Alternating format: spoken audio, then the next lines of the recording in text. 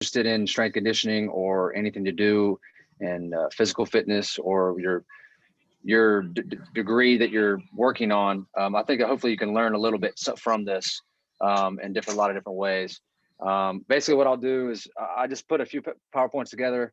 I'll try not to read directly from the slide, but I think I'm just putting most of the information on there. That way you can listen and read as you're going along. I will try to make it interactive just to help you keep you engaged. And do me a favor. I know that there's a question portion at the end, but if you can, just honestly just stop in the middle of anything you want. Just take yourself off mute and ask. I think it facilitates a better discussion that way for each one of you, and I want to keep you engaged. So just a little bit, obviously I enabled this. Do you want to be a strength coach? Maybe you do, maybe you don't. But hopefully after looking through this PowerPoint and listening to me talk, maybe you'll get a better glimpse on what it actually entails.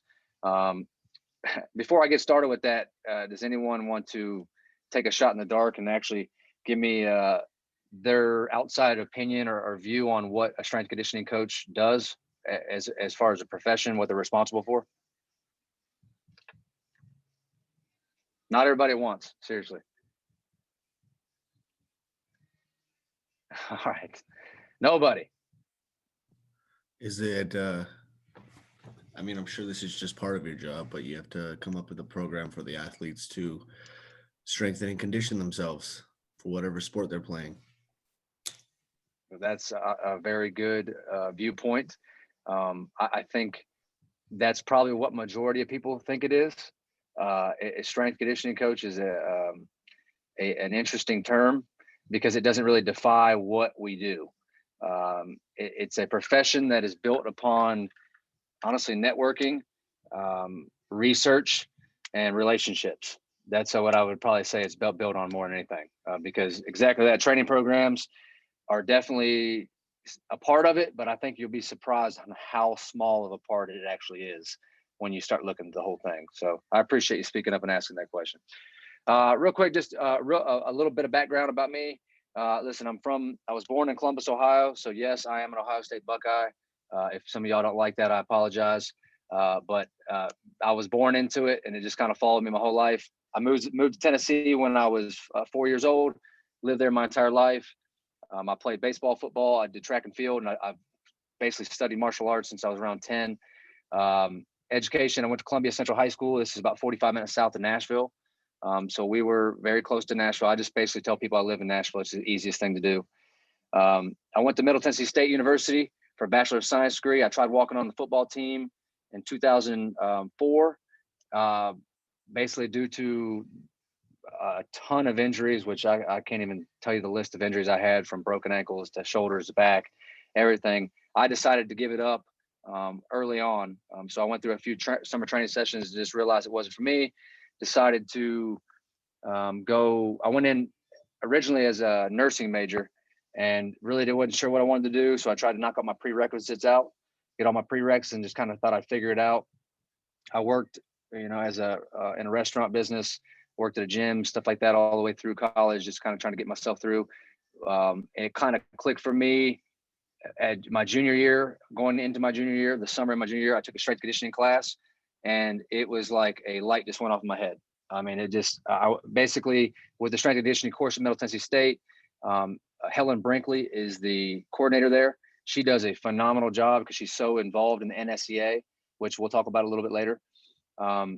She really is big on not only reading about it but actually doing it. So she really put our hands on, being around athletes, going in the weight room, watching training sessions, actually making us as a class do the exercises and kind of the rhythmic training and all that stuff. And it immediately just clicked in my head. I mean, it was like, this is what I want to do the rest of my life. At the time, I was big into bodybuilding and personal training. You'll see my exercise or my career path as we talk through this. But it all kind of switched when I found strength conditioning and I got my first internship opportunity, and it basically changed the outlook of my entire career. And then obviously I'll talk a little bit more about this later, but the Eastern Michigan, I went to do a graduate assistantship at Eastern Michigan from 2010 to basically 2011. And I'll talk about that a little more. So going into the career path, I don't want to spend a lot of time on this, but I'll kind of give you an idea here. Notice I've got Middle Tennessee State. I was a volunteer. That's in '07. That's kind of the summer of my junior year. That's when I started volunteering at Middle Tennessee State. It was an easy opportunity. I went to the school there. I just basically asked the coach, "Can I come in, observe, watch?" And I learned a ton. I ended up taking a couple classes and basically just volunteered my time around other schedules. I got into corporate wellness. As I said, I was a personal trainer. I was trying to make money, and basically I got a phone call one day from Verizon Wireless asking me if I wanted to be a trainer for the corporate wellness. And I'm thinking, Verizon Wireless, what the heck is, like, it doesn't make sense. It's a phone company. But the corporate wellness part is their primary office is actually in Murfreesboro, Tennessee. And what they do is they have a ginormous building of 25,000 square feet. They've got people sitting at desk all day long, from 8 to 5. And what they do is they actually have a small studio gym inside the building.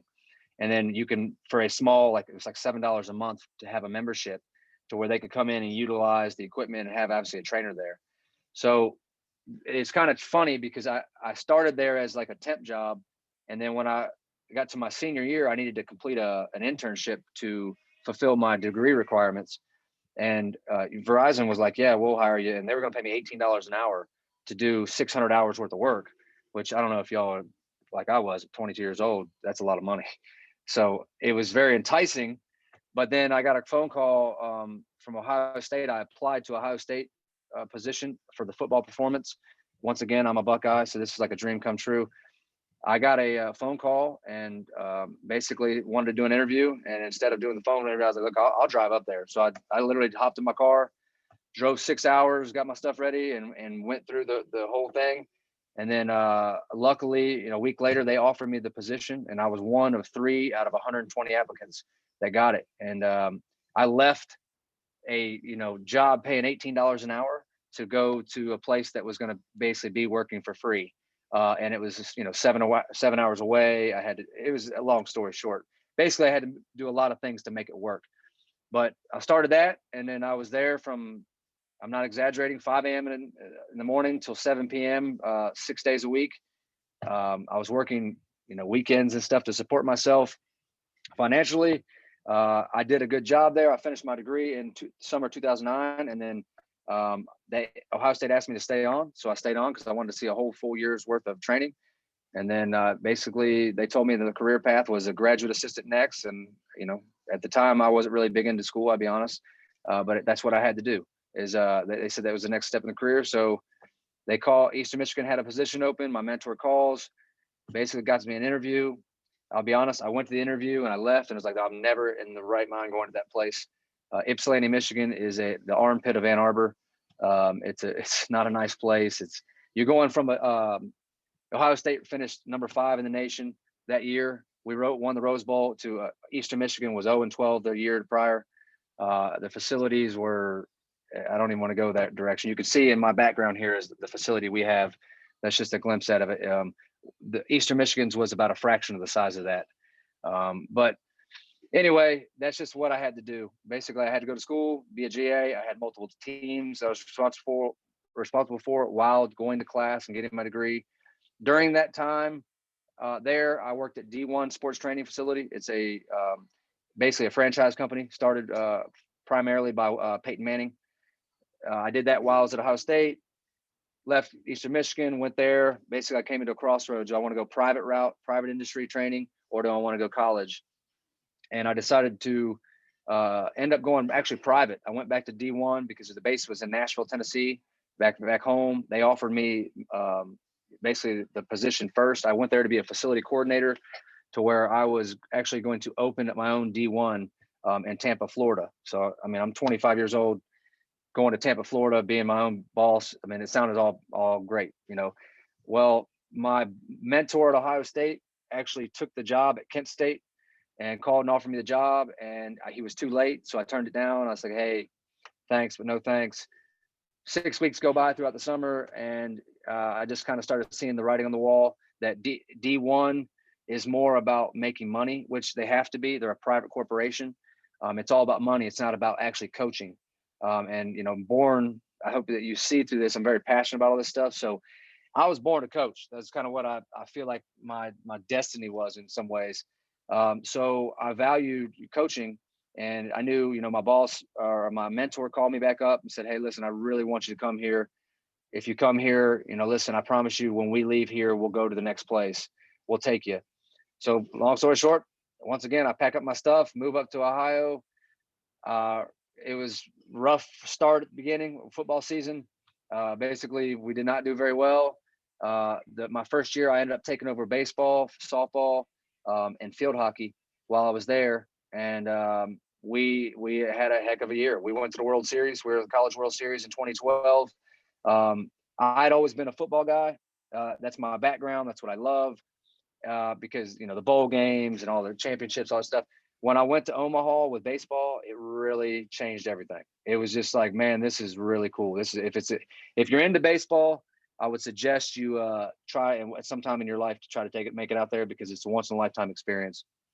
It's basically the national championship of baseball. So long story short, go there. Had a great year. Football ends up turning around. Kent State hadn't made a bowl game since 1972. Our team ended up, we finished the nation 17th in the nation. I don't even know if some of y'all ever heard of Kent State, but obviously that was a pretty big achievement for that program to get to the bowl game. We went to the GoDaddy.com Bowl. We went to the MAC championship, blah, blah, blah, so on and so on. Basically, I left there. The staff that I was with at Kent State ended up going to Purdue. They left to go to Purdue. Well, it didn't work out. I didn't end up going with them. So I basically was stuck in a rock and a hard place. Everybody I had worked for had left, and I was stuck there making not a lot of money with a lot of responsibilities. And at this time I'm 27 years old, making $28,000 a year. I'm not joking. I'm working 5 a.m. to 8 p.m. every day. No social life whatsoever. It was just nonstop, and I felt like my life was flashing by me. So I decided to make a change, and actually it's not on here, and I didn't put it on here on purpose, but I was actually hired at Louisville for 4 days. Basically, I took a job at Louisville, closer to home into Tennessee. Was going to be baseball only, better pay raise.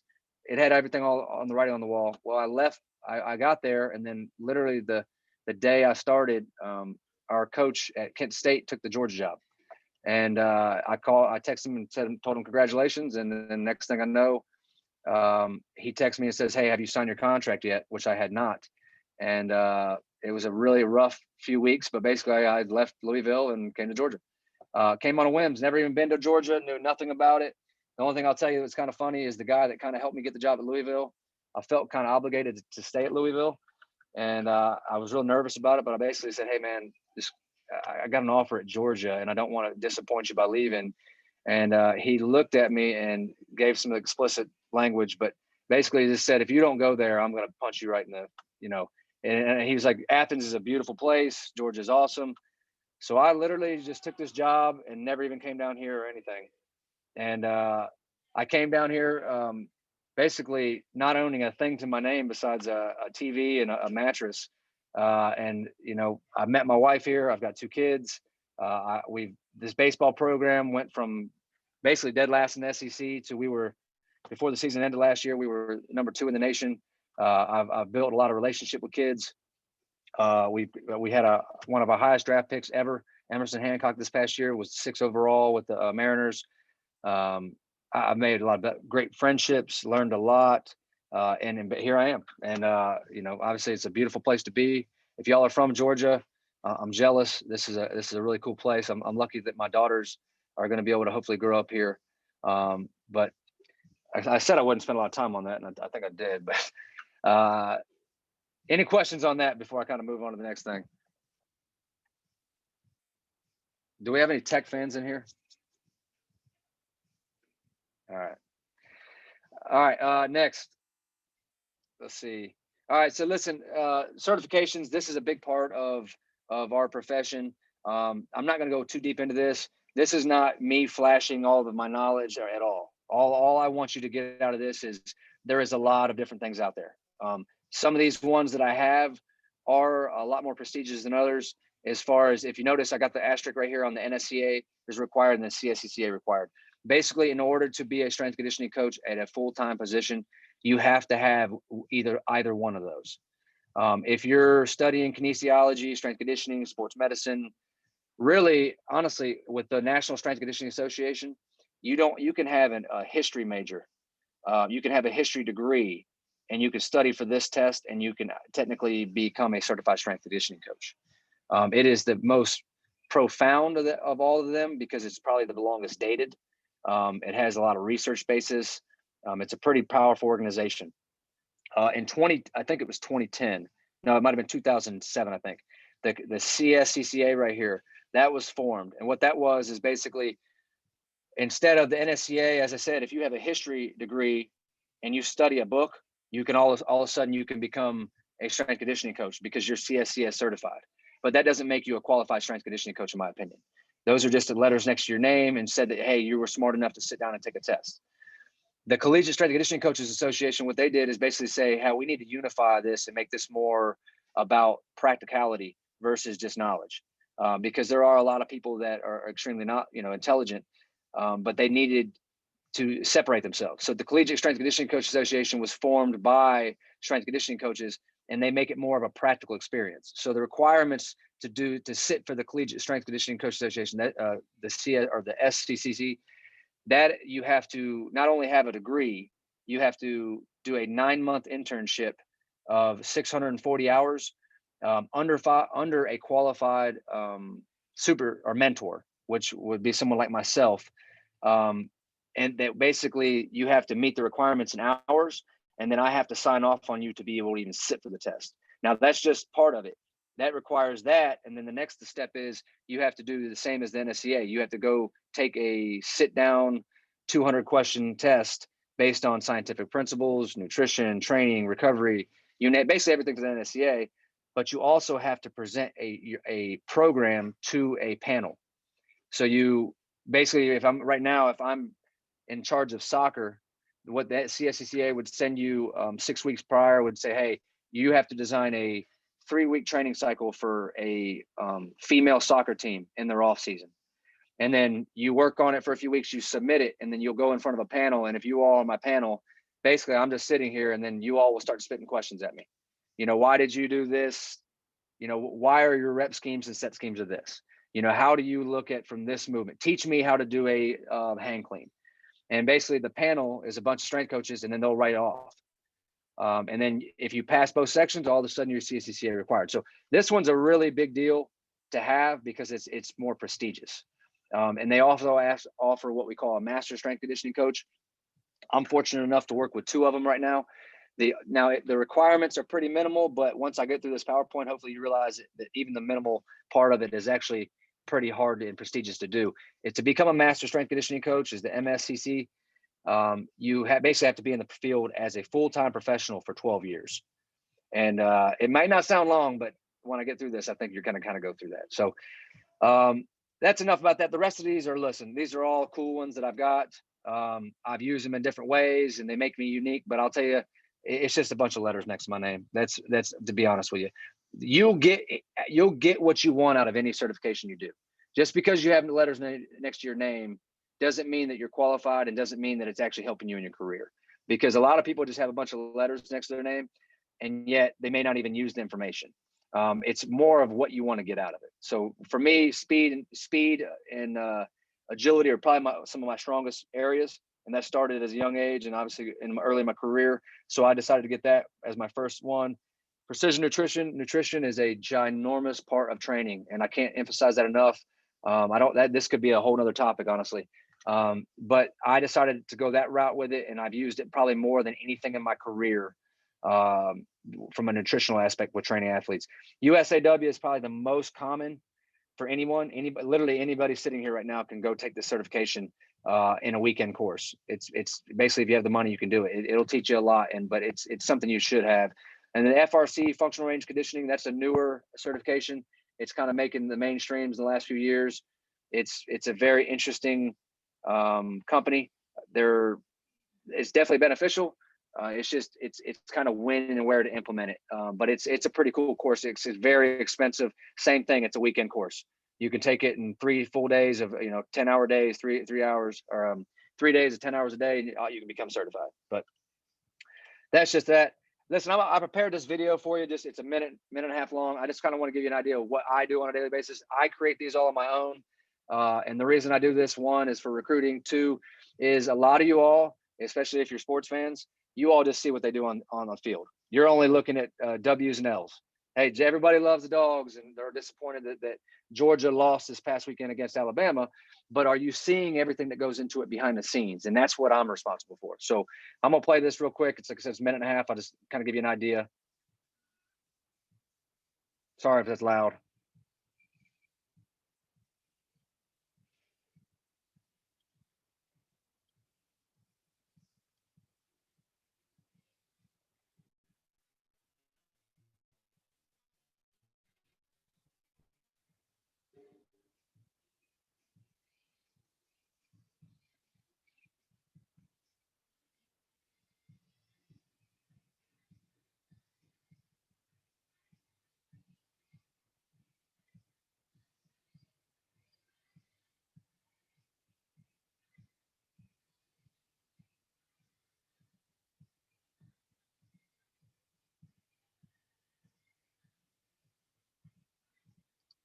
I'm gonna cut that just because for time purposes, but it kind of gives you an idea of what we do in the weight room. There's a bunch of different training techniques and all that stuff. I'll go into just a day in the life just to kind of give you an idea. Sorry, I got some gnats flying around me here. Basically, it's a long day. There's just no other way to say it. Early teams start at 6 a.m. That means a 5:30 a.m. arrival for us to be able to set up. I say multiple training team sessions because early in your career, most likely you're going to be working a ton of teams. Late in your career, if you can make it to the higher levels and you stick in it long enough, you may be able to become more prioritized to certain team disciplinaries. And I'll talk about that. But basically, in our weight room, 5:30 to 10 a.m., there's multiple team training sessions. I'm looking out there right now on the floor, and they've got soccer training. Softball just went from 7 a.m. to 8 a.m. Equestrian was from 6 a.m. to 8 a.m. or 6 a.m. to 6:50. We had some tennis players in here. Basically, it's just training. 10 to 2 is administrative duties, meetings, with your coaches, meetings with us as professionals, maybe your athletes. That's my personal lifting time. Basically, I can go out on the floor and get my own personal workout in. And then right around 2 o'clock, it kind of picks back up in the weight room as far as other teams. 2 to 6 p.m., team practices, individuals, multiple teams training in here. Everyone has different responsibilities. And then you go home at the end of the night. Most likely, I would say an average day, you're leaving somewhere between 5 and 7 o'clock. It's kind of a variable thing. That's during the, off season, and that's depending on when your practice times are. In season weight room is a little bit different. Is your 5:30 to 10 is pretty much the same. Administrative duties is the same. Practices, all that. The only thing you're adding is most team competitions. Team competitions mostly start between 5 and 10 p.m. Depending on what sport it is and where you're at. So if you're, depending on how heavily involved you are, you're typically at that game.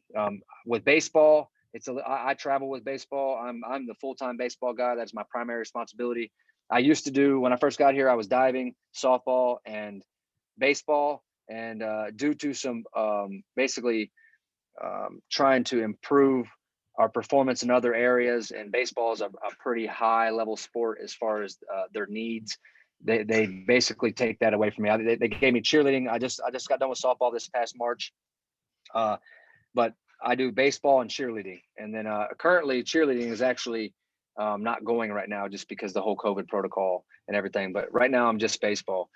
This summer, I worked with football team the entire summer for about 4 months, as well as I just finished with men's basketball this past week as well, just trying to help out and get some different types of experiences. But the baseball is definitely a unique sport. This is where it gets a little tricky. As in a baseball or day in the life of in in-season baseball, is we play up to 5 games a week. All right, so basically Tuesday, Wednesday, Friday, Saturday, Sunday. If you think of it, I put this on there. It's a minimum 8 hours a day because our protocol is we get there 4 hours before the game for pregame, and then that's 4 hours. And then if you've ever been to a baseball game, the average baseball game is about 3 hours. Sometimes I've been a part of some that are up to 5.5 hours. So you typically, and if you think of, I put this in there to think of if you want a job that's an 8 to 5, a 9 to 5, this is probably not your profession that you want to look into. And because just in games alone, I'm accumulating 40 hour weeks in just 5 games. And that has nothing to do with the training on the side. That has nothing to do with administrative responsibilities, all the other things. I mean, just literally me being at the field is 40 hours a week for games. And, that's something to think about. From baseball, again, a unique position for baseball, our starting pitchers, it's a revolving door because they never stop. It's Friday guy lifts Saturday, Monday, Wednesday. So the Saturday guy lifts Sunday, Tuesday, Thursday, Sunday, Monday. You kind of get the point here. Every day of the week, someone's training. All right. And basically, I'll talk a little bit about this. The NCAA has a bunch of rules. If you're not familiar with the NCAA, you would definitely want to make yourself comfortable with knowing what they are and what they're about. You actually have to do, I think, an NCAA compliance course some point in your career to get a better understanding. But they're the ones who basically make the laws that we follow. And it's a unique position because the NCAA allows us, when you're in the off season, you're allowed 8 hours. That's it. 8 hours of stuff with your team a week. Now, it used to be 6 hours for strength conditioning, 2 hours for coaches. About 3 years ago, they changed that. Now in the off season, the strength conditioning staff gets 4 hours, and then the coaches get 4 hours. Now the coach can decide if they want to give strength conditioning more, that's fine. But basically it's 4 and 4. When you go in season, all right, well, let me go back to that real quick. The 8 hours, you can go 5 days a week maximum. So you have to have 2 days off required, no matter what. There has to be 2 full days off within an 8 hour period. When you go into 20 hours in season, you're only required to have 1 day off. So you think about what I said, 5 games a week, plus a day of practice, plus a day of lifting. You're accumulating that a lot really fast. With baseball, once again, pitchers have to train every day. So guys basically have to come in their optional day. Now that's the athletes have to be off. That doesn't mean that the strength conditioning coach is off. The strength conditioning coach has to be there for whatever's required of them. So basically from January 21st until when our season finishes, there are 0 days off. And that's going to be hard for people to concept, but that's what goes into it. So that's just kind of I wanted to kind of give you a better idea of what goes on there. Really what I wanted to touch on is the career advantages and disadvantages.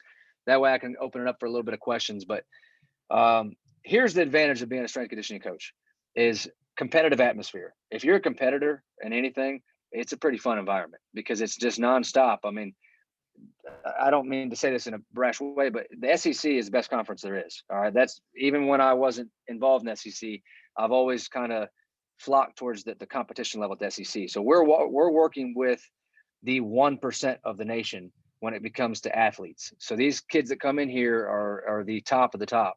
And it's competitive. They're the best at what they do. So if they're the best at what they do, why shouldn't we be the best at what we do? And I think that's kind of my own philosophy on that, but I think that's a big part of it. Listen, coaching is teaching. All right. No matter which way you look at it, coaching is teaching. I'm very fortunate for Carrie to be able to ask me to come and do this. I'm really big on the educational aspect of this, not only for my athletes, but to people like yourselves, because I want to help the next generation of coaches come in and kind of get a better grasp of it. That's why I run the internship program. That's why as soon as she emailed me, I jumped on it just like that, because I think it's important for you all to get a better idea of what goes on behind the scenes, because there's 2 routes. You're either going to be like, man, that sounds awesome. Or you're like, yeah, that's definitely not for me. Either one, it helps you. It helps you on whether, hey, this career path is for me or this is not. And I'll hopefully be able to touch on a couple different areas where you may be able to go if you don't want to do college strength conditioning. But the impact on young adults, it's pretty cool, y'all, is to see even where you're at. I'm assuming most of y'all are somewhere between 17 and 23, 24 years old. You're the person you start college and the person you finish college are 2 completely different people.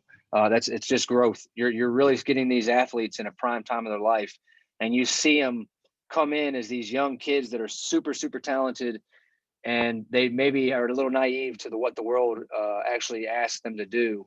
And then by the time you see their junior, senior year, you're seeing them leave and they're turning into grown women, grown men with great heads on their shoulders. And they're either going to play professional sports or they're being the best professional, whatever they want to be in their careers. And it's a pretty cool thing. I actually had a softball player that was in here yesterday or Friday, that she was coming back in town for graduation. And she's went to college in Charleston to go to her post grad. And just the short amount of time I hadn't seen her, she comes back, and I mean, she's a grown woman. Like, we're sitting here having discussions about, full-time jobs and, where her career is going to be. And, I've got a lot of athletes. I've been doing this long enough that have kids that are, 5 or 6 years old now. That you see kids, I've got kids that are in the major leagues. I've got kids that are, you know, ADs, they're athletic directors at high schools. Like, it's just crazy. You get to see these kids grow in so many ways, not physically, but mentally. And I think that's a really cool part of it. Hands-on experience. Listen, that's something that's it's cool. I mean, if you like to work with your hands, you like to be able to kind of show kids what to do and be more interactive versus sitting in front of a desk all day. It's definitely something you might want to look into. I'm in front of my desk for basically administrative responsibilities or stuff like this. And that's pretty much it. I'm on the floor. I'm at practice. I mean, I'm up all the time. I mean, I travel, do all that stuff. So it's a really cool thing, and you get to build relationships with your athletes, coaches, and I mean, it's a very diverse field on that. So facilities. I don't know if y'all can see behind me, but this is part of our facility. Actually, I'll show you some of the other stuff. Sorry, I'm trying to exit out of this thing here. This is a pretty cool part of it. Now, I will say this. This is something that you, just because I'm at Georgia, it's a little bit deceiving. All right, because Georgia is it's a unique place, to say the least. That's kind of the view you're looking at. We have a 14,000 square foot weight room. All right, this is 4-lane AstroTurf track. 8 racks on this side are basically we call our bench side. This is the other side. This is the Olympic side. You can see all the cardio equipment back here. My office is actually right over here. I'll kind of walk you out there in a second, maybe. We have a nutrition performance center. You can see this is in the corner of our weight room. So that's something you can think about. I said nutrition's a big part of it. I think that's really it I got right now. But let's see here. Go back. Disadvantage. Sorry. But listen, the biggest thing about the facilities, I will be honest with, that's what gets most people is as a young professional. Maybe you're looking at this and being like, man, that place is awesome. Everybody does. You walk in and your jaw hits the floor and you're like, wow, this is really cool. I mean, this is a small glimpse. This is just the weight room. I mean, you haven't seen the gymnastics facility, baseball field, football stuff. The only thing I'll tell you about all that is it's really cool for the first 2 weeks. And then after that, it's just a facility. And that's something that I want you to not get caught up on, because if you think that you're going to just jump into doing an internship and get to this level, you saw my career path. I've been in 5 different states in 7 years to get to where I'm at. And I'm very lucky to be at a place like this. The other places I were at, Kent State and Eastern Michigan, lower level places, they weren't even close to this. So just don't let the glamour of it make you think that you want to be a strength coach just because of it, because it fades pretty quick. I'll kind of rush through this here. Work attire. Listen, look what I'm wearing here. I mean, I got gym shorts on, and if you saw my Nike shoe collection, I think that you all would all be jealous. The athletes say I got a good shoe game, or I got a good drip. Yeah, I know I'm gonna get some smiles on that one, because I didn't even know what the hell that term meant until a couple weeks ago. But my drip is nice. Let's just say that. You get a ton of gear. And we're sponsored by Nike. I mean, it's basically you pick up your own stuff. I've got a closet for my wife is an athletic trainer here. So our wardrobe is 97% athletic gear. And I've got that one pair of jeans and one other t-shirt if I need to go somewhere nice, but it's pretty much this all the time. Education. Listen, I put an emphasis on this because you got the resources around you. You got to think to get to this level, you're going to surround yourself around people that have college degrees, and a lot of them have higher degrees. I mean, a master's, some of them have PhDs. Everyone around you is intelligent. So you have to be educated to be able to have conversations with athletic directors, with nutritionists, with doctors, with that. I mean, you name it, you have to be educated. But guess what? The resources around you, you have all of them. I mean, you basically, every book you can think of, any website, if you want to go visit somewhere, the resources are there for you. Travel. This is a cool one if you're young. Listen, I've been all over the nation. I've literally been across the nation. It's been awesome. I've been to so many cool places between baseball and football. I've been to all the big ones: Michigan, Ohio State, Oregon. Every single team in the SEC I've been to. Obviously, it's a pretty cool thing.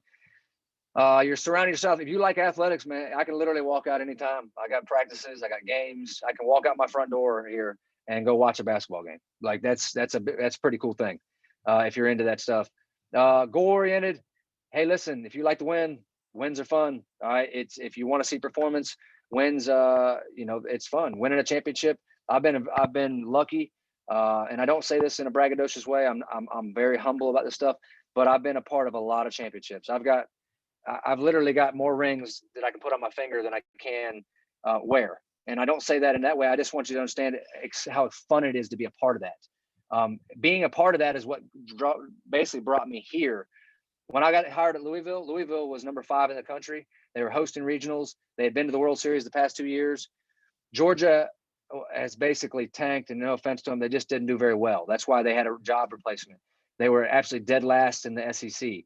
So I looked at it as more of a challenge. I'm a competitor. All right. I put it as like, you know what, why go to the top and try to stay at the top? I'd rather go to the bottom and try to work our way to the top. And luckily for us and our staff and our kids, it happened that way. And we got to where we wanted to be. So I think that was cool. Behind the looks, listen, if you're ever interested in any things, you get to see all the things behind the scenes. Once again, you turn on ESPN on College Game Day and it's pretty fun to watch, right? You get to see all the programs, all that, and they're typically highlighting the ones that are winning. They don't spend a lot of time on the ones that aren't winning, right? But you get to see what's behind all that. You get to see everything that goes on behind it, and I think that's a really cool part of it. Seasonal, it's more downtime. It's a diverse environment. I know the world today, y'all, it's a crazy world out there with everything going on between politics and all the racial issues we're having in the media. It's a diverse environment. It's a bubble. And, we work with all athletes of all genders, all races. There is no time for any of that stuff in athletics. No, athletics does not care what your color, your skin is, what your sexual orientation is. They don't care about that. All they care about is you being a good human being and reaching your goals and making sure you can perform each day. And that's what I love about it. And sometimes it's hard to step outside of those lines because my whole world is revolved around athletics. So I don't see some of the stuff that happens in the world, which is good personally, but it's not also good when you start seeing all kind of the stuff that's going on in the world today. But diversity is a big one. If you have any issues with diversity, it's definitely not a field that you want to be in. And then the last one I'll say on this is actually be a disadvantage. I don't know why I put it on the pros advantage. It's an egotistical field. All right, there's just no way to look at it. Is everyone thinks they have the magic sauce. All right, and there's no way. And I'll tell you this, and it kind of goes to humility. I was that guy. All right, I'll be the first to tell you. As I said, everywhere I had been to this point, I had won a championship. Or I've been a part of a championship, not me, but the teams. So I came in, down here at 28 years old, thinking I had the magic sauce, and we got our butts kicked for the first 4 years. I mean, it was a humbling experience, y'all. A lot of lost sleep, a lot of downtime, thinking that look, the magic sauce isn't the magic sauce. What it is it's just hard work and putting the time and the effort into your athletes and instilling the belief and being a part of the change. And it humbled me. It made me a better coach by making sure I dove deeper into researching training methods and all that stuff, and making it more about the whole picture versus just training in the weight room. So it's an egotistical field. Everyone thinks they know everything. Listen, my biggest philosophy you'll ever learn from me, whether you intern for me or not, is as long as you believe in what you're doing and your athletes believe in what you're doing, then you're doing the right things. Because at the end of the day, there's 10 different ways to do the same thing. And then at the end of the day, that's what you got to look at it as. Just because Alabama's at the top of their game and they're doing this doesn't mean that's going to work for Oregon State or Vanderbilt. Like things that work different things work for different places, and it's just based off of all the people around you. So I'll jump through this real fast because I want to give you some time for questions. Now, listen, this is where I want you to hit the most of, because this is probably going to be more valuable to you than the pros. I was basically, my last 45 minutes has been trying to sell you on the life of a strength coach. It's pretty cool, right? Well, I want to talk to you about the things that honestly what people struggle with is it's long hours. All right. There's just no other way to look at it. Athletics does not stop for anybody, not no one. And you have to realize if you want to be a part of that, your schedule is dictated by the athletics. It's variable. Our weekends, holidays, it makes no difference. My wife and I both work here. Basically, the 1 month that we can plan, vacations with our kids, birthday parties, anniversaries, stuff like that, is December. That's the only month of the year where we know that we're not going to be strapped down. I've missed a lot of weddings. I've missed a lot of birthdays. I've missed a lot of things in my life because of this. Because basically, for when I was doing football, from July to January, there's no days off. It's football season. You can't take time. It's not like you can say, "Hey, coach, I got a bachelor party I got to go to on Friday night. We playing Saturday." Yeah, that's not going to happen. Coach is going to say, "Yeah, you probably need to go work somewhere else." That's just the way it works. All right. And then obviously baseball schedule is even more difficult, January to June. Omaha has ended in June. July, you would say July, but the way our program structured here, July is our when we bring our freshmen in. So hours is it's just I can't even describe to you how many hours. I average probably 70 to 80 hours a week. That's why I'm on salary, not hourly. Um, Listen, it's very hard to break into. It's a long, long road. It's not something that you can email me afterwards and say, "Hey, coach, I love what you said. I want to do an internship." That's the start in a very small process. That if that's what you want to do, that's where it's going to start. But you can't be naive to think like, okay, Coach Gerhardt accepts me into the internship program. Oh, I'll be a GA next semester. It doesn't work like that. In our back office right now, we've got a graduate assistant, a professional intern, and a sports science intern. Our graduate assistant is 33 years old. Our pro intern is 28 years old, and our Sparta intern is 25 years old. Every single one of them is working part-time right now. They're working 60, 70 hours a week, and I can't say that, it's on film too, sorry. But they're working that much while doing what they have to do for not a lot of money, y'all. And even for them at this level at the SEC, it's a decent amount of money, but in the lower levels, it's not. But they're doing that and they don't have a full-time job. And guess what? Every one of them back there has at least 2 to 3 years experience under their belt, looking for the next full-time job. All right. And guess what? If you wanted to come in as an intern, you go ahead and jump in line.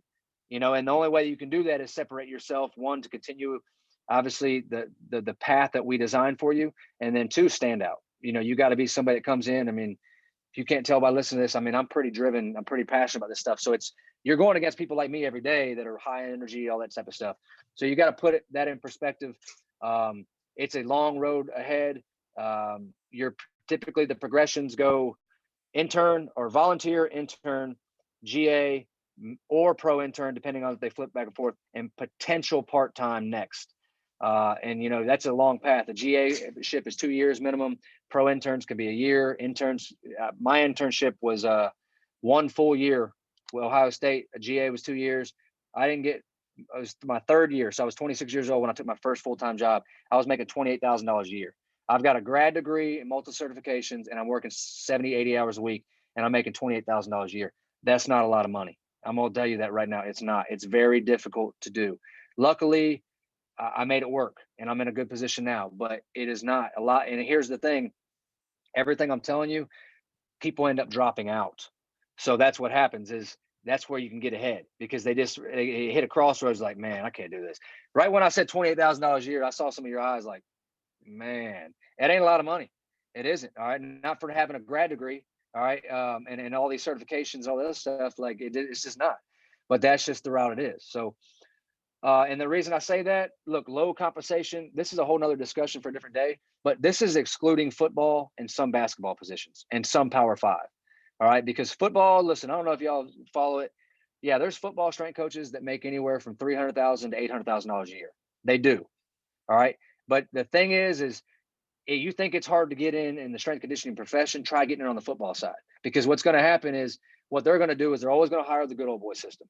Unless any of y'all are collegiate athletes right now, you're already way behind the 8 ball. All right. Unless you're a minority in the field, you're way behind the 8 ball, because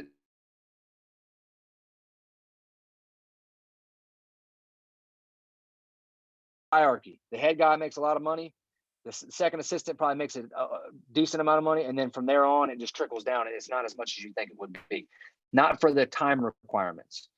Now, I'm not saying you can't, but you can make a lot of money on football, but it's really hard to get to. And the last, it'll kind of touch later on. Listen, you may make that for 2 or 3 years, but guess what? If the football team doesn't win, you're out. And then guess what? Now you're striving. If it's fine when you're your age, but when you're my age, and I've got 2 kids now and a wife and a house and all that other stuff to take care of, getting fired from your job is not something you can really go for, even if you were making $200,000 a year, because eventually that money's going to end up. But and I go back into this because the higher education requirements, you've got to have a master's degree. I mean, 90% of the time you got to have a master's degree. There are the exceptions to the rule, but most likely you have to. You obviously saw the certifications that I had. Those were pretty much all paid out of my own pocket. The cheapest one's $400. The most expensive one's $1,000. And then that costs add up. Your work-life balance, or I say performance-based, is wins versus losses. That's the reality, and that's the reality for myself. Listen, I knew that it was a risk coming here. If Georgia baseball tanks, we're doing well now. All right, I will say that. But let's just say we tank, and the next year we tank. Probably that third year, if we're not fired, we're on the hot seat. And if it doesn't happen, I'm probably fired. And that's the downfall of it. All these cool things behind me, this weight room, all these other resources I have, are taken away just simply because I didn't win, and that's just part of it. When you're at this level, not the smaller levels at all times, but at this level, you're expected to win. That's why all these facilities look the way they are, because all the money goes towards them. So something to think about. Work-life balance. Listen, like I said, you've got to have a interesting work-life balance, y'all. It's not, if you like hanging out with your friends on the weekends and staying up and whatever your extracurricular activities may be, you've got to find a way to balance that with work, because you're at work all the time. And that's something that's kind of difficult for a lot of people to understand. Like I said, it's not like you have sick days. I can't call in and be like, hey, coach, I'm not feeling well today. Like, obviously there's exceptions to the rules if it happens, but listen, I will tell you this, and I mean this wholeheartedly. I've been doing this for 10 years now. I have never been late one time in my single life, not one single day in 10 years. I have never missed a day of work in 10 years. All right. Not a single day. Now, I've been sent home one time because I came in and I was rough. And they finally was like, hey, you got to go home. But they had to force me to go home because that's the way it is. All right. And that's just the way athletics works. All right. There are no times for that type of stuff. Sorry, I'll try to finish this up. Support staff. Listen, at the end of the day, y'all, no matter what, we're support staff. That's all we are. All right. No matter even if you become a director. If you're the director of football at Georgia over there, he is Scott Sinclair is the man. But guess what? He's still a support staff. All right. It means we're working for someone else. Because at the end of the day, no matter if you watch that video and you saw a kid, I don't like kids squatting, like that doesn't matter. It comes down to what your coaches want, your philosophy, your coaches, and they're going to dictate the way you have to do things. And that's kind of hard for people to understand. It's not like, hey, I'm this renowned trainer and I have all these beliefs and I'm going to instill all these renowned training philosophies with my team. Guess what? If you don't have the equipment or your coach doesn't believe in that, you're not going to do it. As simple as that. Your coach dictates what you do. Last couple here, burnout. This is a young person's profession. I'll tell you a real small story, and this is a true story. At a CSCCA conference in 2015 in Salt Lake City, we were in a room of 400 something people, and it was all strength conditioning coaches. And we were doing a talk, and the guy started off the lecture by saying, "All right, everybody, I want you to stand up. All right, if you're under the age of 25, I want you to sit down. All right, half the room sat down. All right, he said 30. All right, a little bit more sat down. By the time he reached 40, there was 5 people standing. 5 people out of 400 in a room. That's how many people were still in this field at the age of 40. All right, it just burnout, y'all. Listen, I was fortunate enough to make it to this level, and I make a decent salary now, but I've earned it. All right. If I would have stayed at Kent State making $28,000 a year with the 3% increase, that's 7-8 years ago, I'd be making close to maybe $32,000 a year, working the same hours. It's just not feasible for some people. So they get out of it. They burn out. They go into something else because it's just too much on them. So it's a really difficult field to stay in, because guess what? No matter what, the expectations remain the same. And at 27 years old with no responsibility in the world besides myself, it's easy to be at work 60, 70 hours a week spend all day, be there for everything. I've got two girls. I've got a 3-month at home, or a 3-month-old at home right now. So I've got 2 kids, and I will tell you right now, it's been a big adjustment because now my oldest is 4. She kind of took care of herself, but I got a baby back in the household. But I got to play with both of them, so I got to figure out manage my time in the mornings and evenings. I get home when I was your age. I'd get home and work on the computer, knock out programs and stuff. Now I get home and it's playing with the girls, making them dinner. Put them to bed. By that time, it's 8:15, 8:30, and y'all might sound old. I go to sleep by 8:45, 9 o'clock every night. But I'm also up at 4 a.m. every day because I got to do stuff like this. This is how I prepare myself, is get up before my kids. So it's a big thing. Last one is just it's seasonal. All right, is in your off season you get a lot of downtime, and you're in season you might be working all the time. So last couple things is, listen, there's a bunch of different career paths. It's not just college. If you're interested in strength conditioning at different levels, some of the things I said, we're all going to fall into those pros, advantages, and disadvantages. But here are the different routes. High school is a big new thing. I think that's probably the best one, just because the requirements are a lot less as far as a work-life balance standpoint. It's basically Monday through Friday. There are no weekends, and you don't have to travel, that stuff. College, there's Olympic, which is basically anything that's not football. All right. And you got football, and then you got men's basketball. And that men's basketball is like maybe 15 programs in the nation where you're just men's basketball. But those are the different routes in college. Typically, if you're an Olympic, you're not going to just do one sport. You're probably going to do 3 sports. You may have a primary, might be soccer, but you're also working with the golf teams. So, that's something to think about. Professional, obviously, any professional sports organization is going to have strength conditioning programs. There's not many positions, and I don't know what the pay is, but it is professional leagues. Private industry, I've worked in both. I've worked in the private, I've worked in the public. Me personally, I don't want to make it about money. I want to make it about goal orientation and have an impact. So I decided to get away from the private, because no matter which way you look at it, y'all, if you're doing the private industry, it's about money, because there's overhead and you have to pay the bill. So you can make impact on athletes. I'm not saying you can't, but at the end of the day, you got to make your bottom line. So, private industry is a difficult one. Tactical, that's a big one right now. Military base, special forces. If you want to do any type of training with them, there's a whole different branch. It's typically a government contract that you can work with. Combat, this is Carrie and I were actually just talking about our infatuation here with MMA. That's a whole different bias. MMA population, boxing, any type of sports industry like that. It's just different. You got to be well fasted in a lot of different areas. Sports science, this is the biggest new thing there is in this field, is basically putting together science with what we're doing and validating what we're doing based off of research. So basically data driven. You got to see someone that has to like to look at numbers and try to work on correlations. And then Olympic training, USOC, that's at Colorado. Is exactly what it says. Is you're working with Olympic caliber athletes that will compete for the Olympics every 4 years. So those are some of the things to think about. Listen, I'm going to open it up for questions in 1 second. Basically, if you want advice on how to be a strength coach, this is the easiest way to look at it. All right. This is a blueprint on what to do. And the biggest one I want to point out is the volunteer and internships are extremely important, but listen, have an open mind. Context is everything, because what you see is not always what you think. You got to understand context of what you're seeing, because you may not understand why they're doing it and what they're doing. Read. Notice I put that on there because listen, that's a part of it. You've got the day you think you know everything in this field, you're done. All right, because someone's going to pass you up. So just continue to read. Hey, train yourself. Look, the best way to get respect from athletes, if you want to do this, is look the part. All right. Be a professional. That gets down to the basics: emails, resumes, appearance, grammar, respect. All right. I get emails all the time from people. If you misspell my name, I'm just throwing it in the trash. Why? Because you don't have the attention to detail to spell my name correctly. Why would I want to hire someone like that? Because what if you send that to a coach and it's disrespectful to somebody? What if you miss something? It shows a lot about your professionalism when you don't do those little things. And then find your passion and your niche. All right, make sure you find your passion in your niche, because that's what will help you in the field. Because obviously it was speed and nutrition for me right off the bat, and they've done a lot in my career for it. So that's all I got. So I apologize. I know it was an hour. I talk a lot, y'all. I apologize. But that's part of it.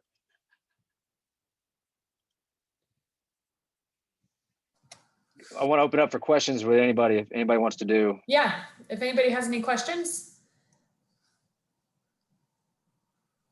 Do you ever have to renew Oh, come on your now, y'all. But I have one. yes, Do you ever have to renew your certifications? yeah, that is a great question. Yes, you do. The NSCA, you have CUs, continuing educations, that you have to do, and it's a 2-year process. You have to accumulate 6.0. I think it's 6.0 is the number of CEUs, and they give you all kinds of different options. Like this technically would count as a CEU for one category, because I'm providing information to a collegiate level course. So that's a prime example, and it's pretty easy. I mean, if you read an article and do stuff, it's actually a lot easier than you think it is. It's just like any organization, you got to submit it, you got to pay for them, all that stuff. Thank you. Yeah, no problem. Okay, I've got one question in the chat. Have you? have you? Yeah, You got it. Nope, you're good. Go for it. Yeah, it says, have you ever had experience with non-compliant athlete? How do you handle it? Of course. I mean, yeah, there's no doubt. You get a lot. It's different from where you go. What I tell people is you control your environment. So if for me, I'm very lucky to write off every time an athlete steps in here from day one, we establish a trust relationship, and you realize, like, look, here's what we're going to do and how we're going to train. If you want to be compliant, great, we will work together. If you don't, get out. Because I understand something, it's a privilege to have a coach. It's a privilege to be in here. So if a kid doesn't want to be compliant, I just kick them out. Now, luckily for me, my head coach backs that philosophy. So I have zero issues, all right, with my teams. Now, I have worked with a lot of teams where, listen, man, I've had it. I mean, there's been cussing matches between me and kids. And at a young age, I'll be the first to tell you, I handled it the wrong way. I got in the shouting matches with them. They're always going to side with the athlete, most likely. I would say always. That's kind of contradictory. Most likely, they're going to side with the athlete because it's not their responsibility. It's our responsibility as coaches to be able to handle it most professional way. So there's ways to go about it. Basically, my philosophy is get out, kick out, and then we'll talk about it later. And if they're not compliant, basically, you either ask them to do something, tell them to leave, or you try to find the head coach who's responsible for the team and let them deal with it. That's the easiest way to do it. What do you believe the most challenging part of the field is? Well, I would say staying up to date with the most scientific research, and then it just never stops. Losing touch with the youth. I'm 35 now. I started this when I was 23. I made the joke earlier about drip. Like, y'all laugh, but that's a new term to me. Like, so when I don't understand that, it's a little bit different when you see kids and generations changing. I will say this, don't take this offensive at all by me saying this, but I've seen a big change in y'all's generation coming up than when it was when I was. And that's not long ago, but the impact of social media has had a big impact on y'all's lives that I didn't have to deal with. Facebook was just created my freshman year of college. And now you've got Facebook, TikTok, Instagram, Twitter. The list can go on, but everyone is influenced by it, and if you don't like the way something looks or feels or does, what do? Whatever, I'll just go find the group that does, or, you'll search it somewhere else. People don't want to work for what we had to. I mean, I'm not making it up. I would work 60 hours a week on, at Ohio State. On Friday, I would be there at 5 a.m. I'd work till 6 p.m. I'd drive to a bar where I was working at, sleep in my car for 45 minutes, and then work from 7 p.m. to 3 o'clock in the morning. And to be honest with you, there were times like leaving work, if it wasn't for those little things on the side of the road that wake you up, I would have fell asleep behind the wheel because I'm so exhausted. And I don't say that to brag. I just say that that's what it took for me to break into the field. I was willing to work harder than anybody around me. The kids that I've been seeing, especially in the last 3 years in internships, there's a lot of issues I'm having. They don't want to work. And I hate to say that, and I don't mean to be rude. It's just the reality of it. It's a hard field to break into. I've got kids. I say kids. I got a grown man in the back office and 2 other grown professionals that are wanting to get full-time jobs that have been putting the 70, 80 hours a week in, and they still don't have a full-time job. So it's very hard to break into. Let's see, what would you say that your experiences, different jobs, your certification classes have helped? The biggest is just understanding. As a strength coach, I didn't touch this on a lot. You've got to wear 15 different hats. And what I mean by that is I'm not only the strength coach, I got to get you stronger. Well, guess what? I got to educate you on nutrition. Guess what? We got to do flexibility, right? I also have to do speed training. I also got to get you in shape. All right. I also got to do some type of assessment, whether you move this way. I got to be able to record this stuff. I got to be able to present it to a coach. I got to be able to handle your individual needs, because not every one of you has the same thing. You might want to work on getting bigger. You might want to work on weight loss. You've got all these different hats, but remember, go back to that NCAA thing. I've got, in the off season, I got 8 hours. I got 4 hours to work with you. So unless you're willing to do it optionally on your own, then how do I achieve those goals in the 4 hours? So that's I would say that's using those different certifications gives me different glimpses into different parts. So if you have a question about nutrition, I am not a dietitian. I'm a certified nutritionist. There is a difference. A dietitian is a legal certification that you have to give dietary advice, that you can listen to people and prescribe them diets. A nutritionist is someone that understands nutrition and understands the way it affects the body, that can give you recommendations on what they think would help improve performance. So knowing the difference between those two things will help, because if you're talking about, hey, I'm not eating breakfast, well, I should know, if you're not eating breakfast and you're trying to come here and train, how that affects your body. So I can give you a recommendation. Hey, try a bagel with peanut butter in the morning. Boom, now you're in a whole different world, because now you've got more calories in than your calories you're burning, and the way it affects your body. So that's actually a great question. I think it's good. With all the different athletes you see today, how do you try to improve the important relationship with each of them?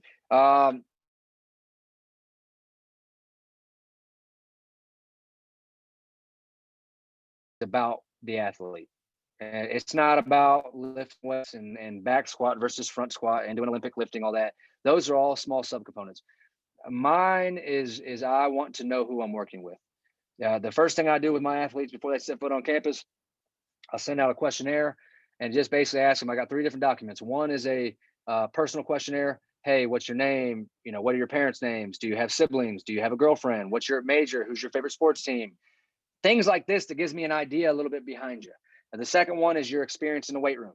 Hey, have you ever lifted? Do you have a personal trainer? What are your personal maxes? The last one is nutrition. What's your day-to-day like? Do you like to cook? Do you like to eat? These give me a big idea before you even step on campus, to give me an idea who you're working with. And then what I do is basically, pardon my French, when I train, I'm basically an asshole at the beginning, because what I want you to understand is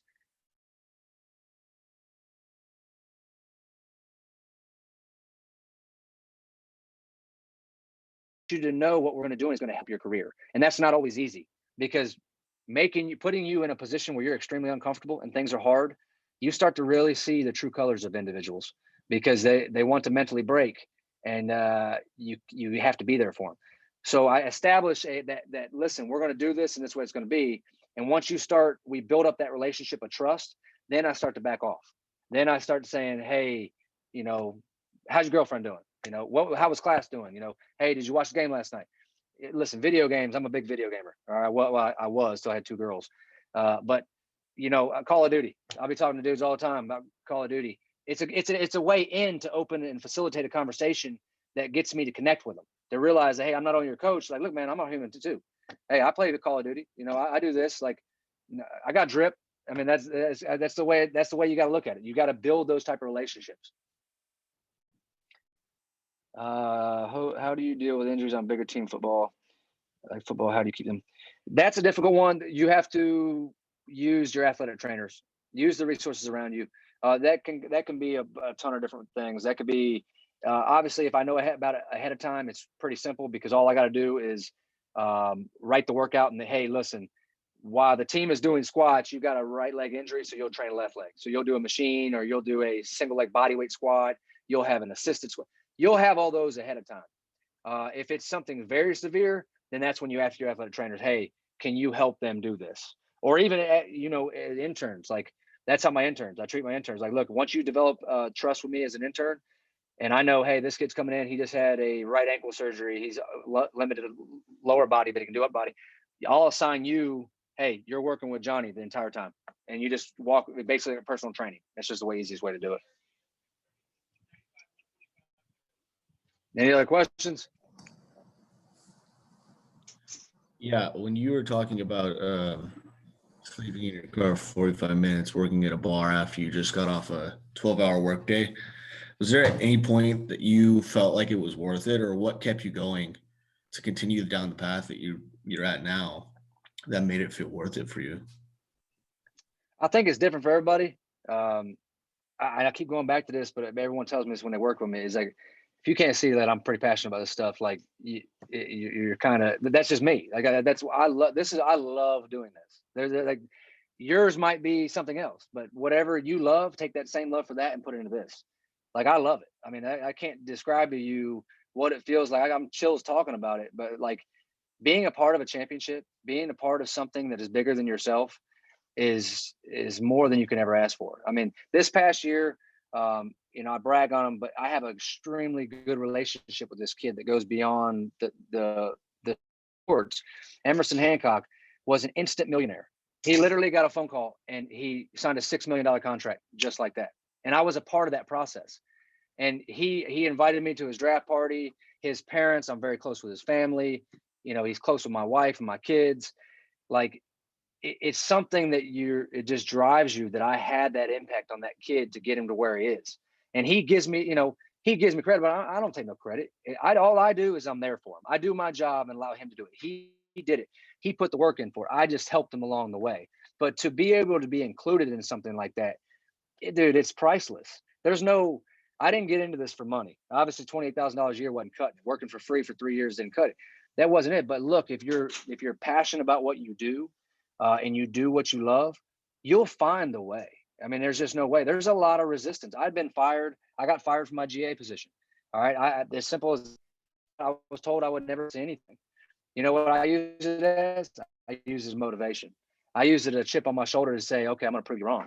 And look where I'm standing. And listen, I'm still learning. I mean, I learn every day. I mean, I'm learning how being in the internship director position is different because what I just say, the last 3 years, I've seen a big change in y'all's generation. So I can either do one or two things. I can complain about it and sit here and be like, oh, you don't want to work like you used to. Or I can look in the mirror and say, okay, generations are changing and I need to find a better way to touch your generation and make it more, it's beneficial to you, but you still understand the principles of hard work. So that's a learning experience. And that's every day I wake up. I mean, I'm the first to tell you, I love to learn. Like this is a challenge for me. Carrie reaching out to me and saying, hey, do you want to do this? Yeah, I got a lot of stuff going on in my life right now. I mean, a lot. But you know what? For me, it's important because it sits me down and says, okay, what can I teach you all and give you a glimpse into? Because if one of you, literally, there's 30 people on this. If one of you, it helps you whether decide you want to go this route or not go this route, I've done my job. And that's all that I can do. And for me, I'll sleep tonight because of it, because I helped you. And I'm all about helping people. And there's no different when it comes to athletes. And for me, listen, it's the process. Everyone loves outcome, right? Everybody loves the championship and wearing the banner and all that stuff. But the process equals the outcome. All right. And the process is what you got to do. And for me, that was my path. For some other people, their path may be easier. And one thing before I'll touch on is literally sitting across from me right now at my desk is a kid that was an intern for me at Kent State in 2011. He was ranked number 4 out of 5, and he almost didn't make it. All right, I told him that flat out. I was like, dude, you're not that great, and you got a lot of work to do. Since that time, this kid has been my roommate. He has been a unpaid intern. He's been our professional intern, our graduate assistant. He left here, went to Boston College, worked at Boston College for 2 years, went to Virginia. He won a national championship with lacrosse. And guess what? We hired him back here in March. He's sitting across from me. He's my best friend in the world. I'm working with my best friend. Like, it's something that, an intern that was once an intern to me, a few years younger than me, is now my best friend. And we've had to share this life process. We were sitting yesterday in my backyard on a hammock, just like, dude, we've been here for 8 years now. It's crazy to think that look where we're at in our lives. And, it's part of it. I mean, I helped him just like I'm trying to help you. It started in that small process, and look what it transpired into. It transpired not only benefit to him, but a benefit to me, because I wouldn't be here without him. So I got time for another question. I love Yep, talking. If we y'all haven't got realized it. time for one more. Anybody? Don't be shy. Sounds good. All right, I guess not. Well, thank you again, Coach. This was awesome. I'm so excited we had so many students participate. I hope you guys really got something out of this. I know I did. And so again, we really appreciate you taking the time out of your very busy schedule to talk with us this morning. No, thank you all very much. Listen, I appreciate you listening, and I hope you got something out of it. Good luck to each one of y'all in your own individual careers. I think you hope, like I said, I wish you the best. Awesome. Well, thank you so much. Have a great day. Yeah, you too. Thank you. Thank you.